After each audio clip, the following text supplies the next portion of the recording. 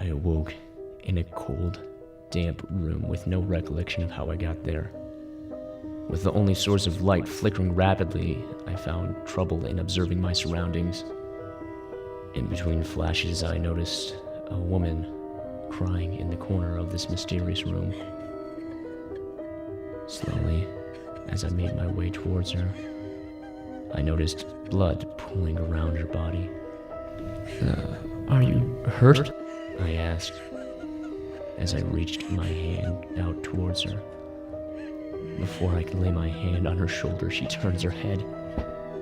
At that moment, the most horrifying picture was burnt into my mind forever. The woman had skin that, upon closer inspection, seemed to be made of plastic.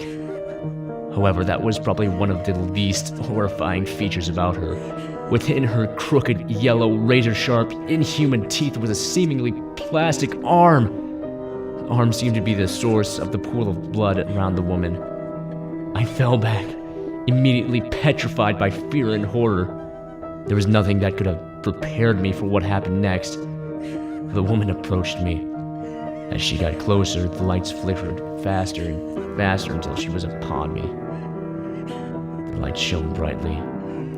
It emphasized every one of her disgusting, twisted, sickening features. Her thick black hair that had been drenched in blood, her seemingly non-existent nose, the disturbing curl of her lips that seemed to be a mixture of a snarl and a smile.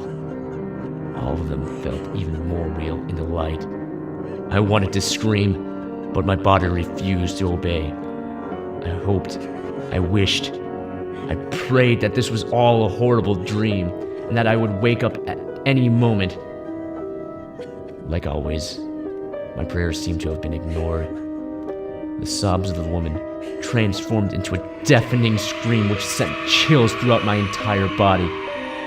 The scream was so sharp and shrill that it forced blood out of my ears and eyes, while blood and tears rolled down my face. I felt my skin tighten and squeeze my body. I felt it squeeze the air out of my lungs. I felt my consciousness fade. I woke again this time. I was in the corner, and the lights were once again flickering. In my mouth was a plastic leg, and all around me was a pool of blood. My body overflowed with immense emotions of confusion, rage, and sadness. I had no words, only tears.